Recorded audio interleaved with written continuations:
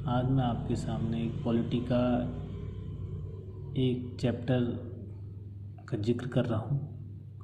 आप इसके थ्रू अपने नोट्स बना सकते हैं और ग्रुप सी की तैयारी आप आराम से इन नोट्सों से कर सकते हैं। जो हमारा चैप्टर है वो है प्रस्तावना, प्रेम्बल। जो हमारा जो संविधान है उसकी प्रस्तावना किस हिसाब से है। जो हमारी प्रस्तावना है उसका इंट्रोडक्शन मैं इससे दूँ कि जो अवधारणा जो हमने प्रस्तावना के बारे में सोचा कि कैसे बनेगी, क्या होगा, तो उसकी जो हमने रूपरेखा किस चीज़ को देख के बनाया, तो वो हमने यूएसए की जो प्रस्तावना है, जो उसका प्रेम्बल है, उसको देख के हमने इसको तैयार किया है। इसमें कुछ शब्द हैं जैसे है सेकुलर, सोशलिस्ट, रिपब्लिक, डेमोक्रेटिक। तो ये लगा लो आप, जैसे सेकुलर है पंथ निरपेक्ष। पंथ निरपेक्ष का मतलब है एक धर्म को बढ़ावा नहीं, सारे धर्म एक समान हैं। सोशलिस्ट का मतलब है समाजवादी या सामाजिक कल्याणकारी जो भावना है, जो कल्याणकारी भावना होनी चाहिए समाज के अंदर। तीसरा है रिपब्लिक यानी गणतांत्रिक, मतलब हमारा देश गणतांत्रिक है बोलते हैं हम। तो गणतांत्रिक का मतलब ये है कि जो देश का जो हेड है वो किसी वंश से ही नहीं होगा कि मतलब हमेशा वही बनेगा, जो चुन के आएगा वो बनेगा। ऐसे नहीं है कि राजा है, राजा का बेटा फिर राजा, राजा का बेटा फिर राजा, ऐसे कर ये नहीं होगा। गणतांत्रिक का मतलब ये है कि जो हेड है जो देश का वो वंश के अनुसार नहीं है। चौथा है डेमोक्रेटिक यानी लोकतांत्रिक, जनता के द्वारा चुना हुआ हेड ही डायरेक्ट जो हेड होगा। एक है संप्रभुता, सॉवरेनिटी, उसमें भारत सरकार का फैसला सर्वमान्य होगा कि जो भारत सरकार जो फैसला करेगी वो सबको मान्य होगा।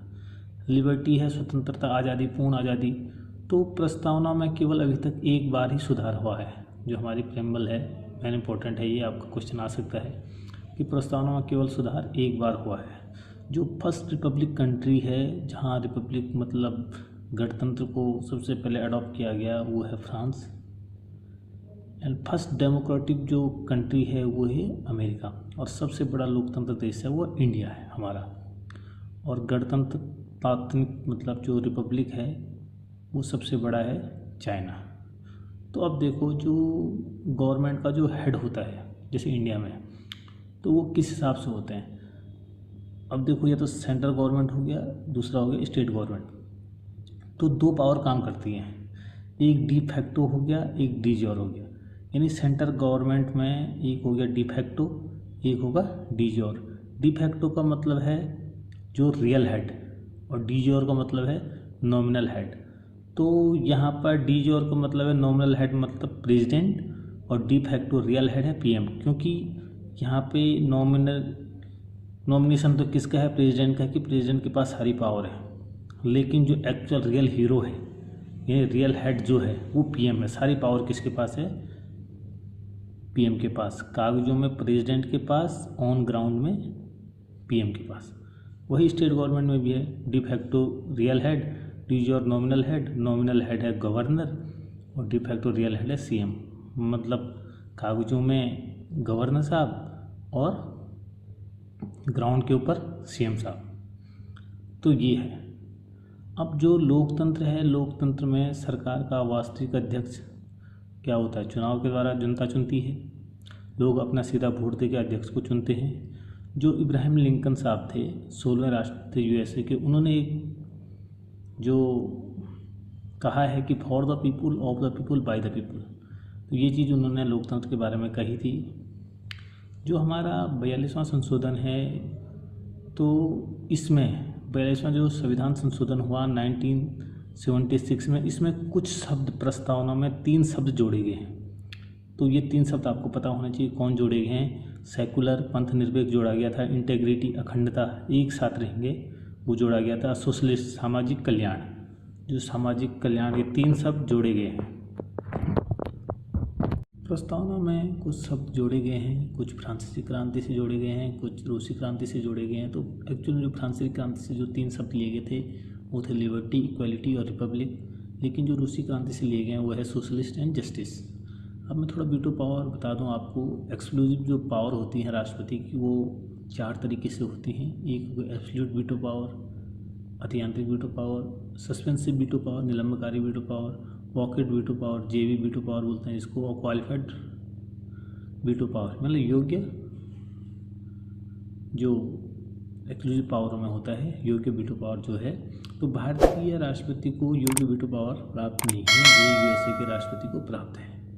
एब्सोल्यूट वीटो पावर वो होती है कि इसमें राष्ट्रपति किसी भी विधेयक को अपनी मंजूरी देने से मना कर सकता है। मतलब किसी भी विधेयक को अगर राष्ट्रपति न चाहे तो मना कर सकते हैं। सस्पेंसिव जो वीटो पावर है, इसमें राष्ट्रपति किसी विधेयक को पुनर्विचार हेतु संसद में दोबारा भेज सकता है, और इसमें राष्ट्रपति किसी विधेयक को 14 दिन तक अधिकतम आरक्षित कर सकता है अपने पास।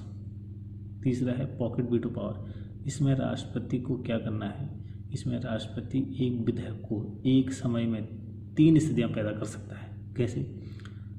राष्ट्रपति के पास कोई विधेयक आ गया तो ना तो राष्ट्रपति उस विधेयक को मंजूरी देगा,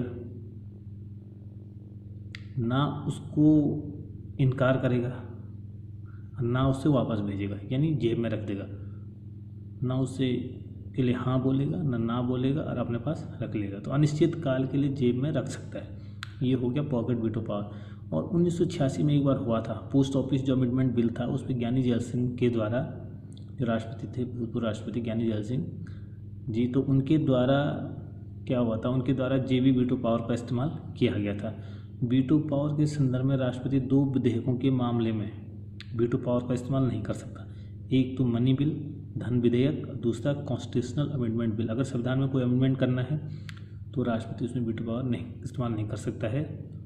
और मनी बिल है, अगर धन विधेयक है तो उसमें वीटो पावर इस्तेमाल नहीं कर सकता है। मनी बिल को लोकसभा में राष्ट्रपति की मंजूरी के बाद ही लाया जाता है। पहले राष्ट्रपति से पूछा जाता है, फिर उसके बाद ही राष्ट्रपति जी के पूछने के बाद ही उसको धन विधेयक को लोकसभा में लाया जाता है। और लोग इसमें राष्ट्रपति हस्ताक्षर करने के लिए बाध्य होते हैं। मतलब संशोधन विधायक में राष्ट्रपति हस्ताक्षर करने के लिए बाध्य हैं, क्योंकि पहले पूछ लिया जाता है। तो ये तो पॉलिटी की एक छोटी सी क्लास। अगर इसी प्रकार आपको और भी नोट्स चाहिए तो मैं टाइम पर वीडियो बना के डालता रहूँगा और आप अपने नोट्स तैयार कर सकते हैं। थैंक यू, धन्यवाद।